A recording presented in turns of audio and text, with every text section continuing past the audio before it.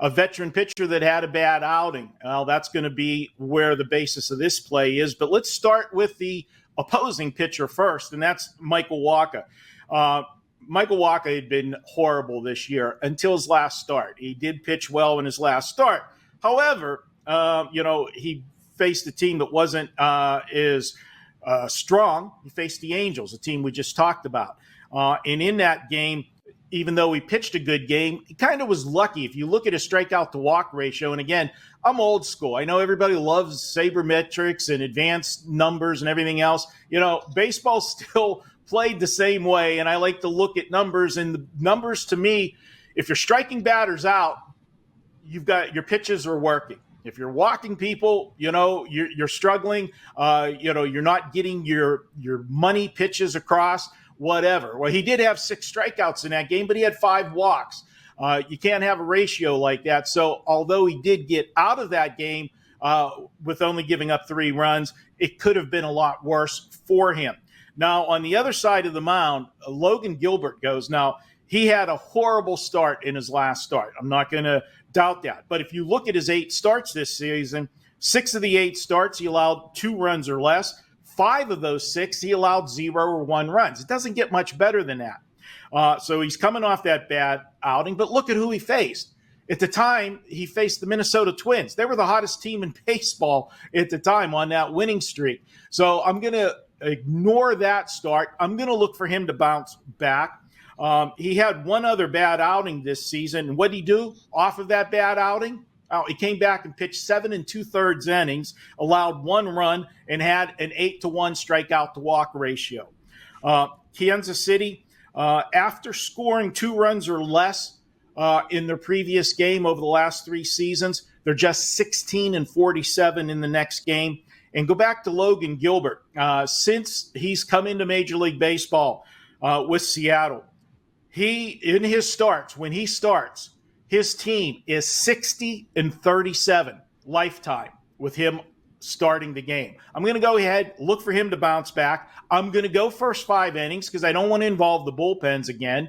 And this one, because the price is a little bit higher, I'm going to go lay the half a run in this one with Seattle and get it down to -120.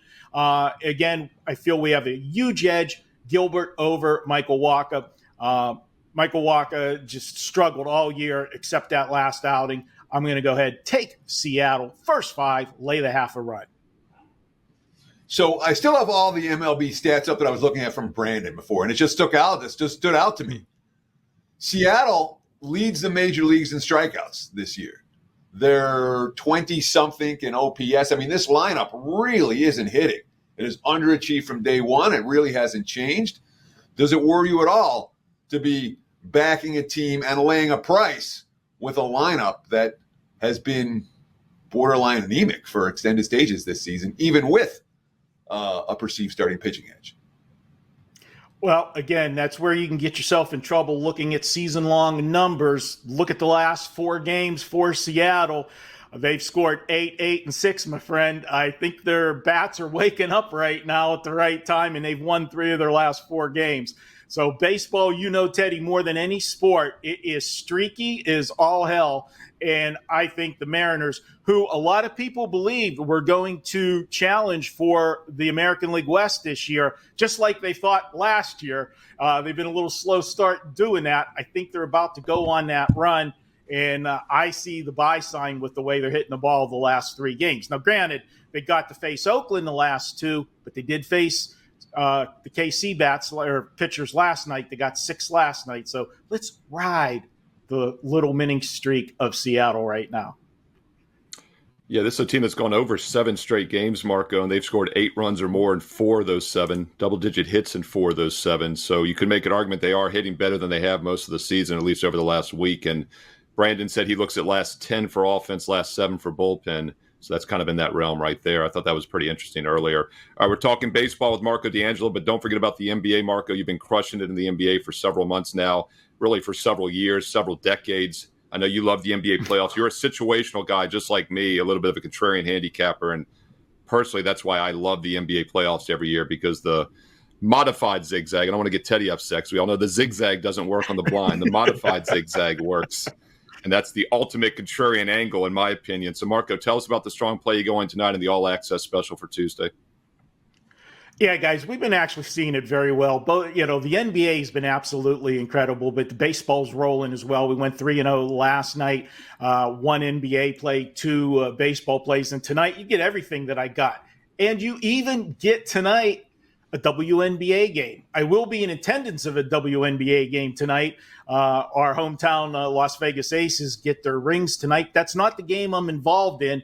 And I'm going to be releasing more WNBA games this year by default. I do a radio show in Vegas twice a week here, and the host of the show is also the voice of the Las Vegas Aces. So we do a lot of talk about the WNBA. So you know what? If I'm going to all the games this year as a season ticket holder, and I'm going to talk about it a couple times a week on radio, I'm going to make money at doing it if I'm going to watch it. So we are going to be releasing some WNBA plays, situational plays, and we got one of those to open the card tonight, along with baseball and NBA. Big 4% in the NBA. You can get that for $29 tonight, my all access package. And as you said earlier, number one, 3, 7, and 30 days currently right now at Wager Talk. Pretty proud of that right now.